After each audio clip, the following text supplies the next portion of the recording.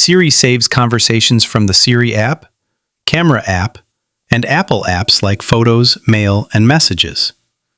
Over time, these conversations can take up gigabytes of iCloud storage, especially if you're using the free 5 GB iCloud plan.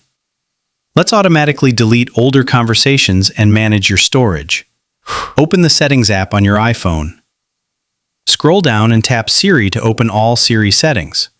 Scroll down again, tap Keep Conversations, then choose either 30 days or 1 year to automatically delete older conversations. That's it. You're all set. If you want to delete multiple conversations manually, open the Siri app. Tap the More button at the top, then tap Select. Choose multiple conversations at once, then delete them from the Siri app. If you have any questions, leave a comment below. If you found this video helpful, please give it a thumbs up, and don't forget to subscribe for more videos.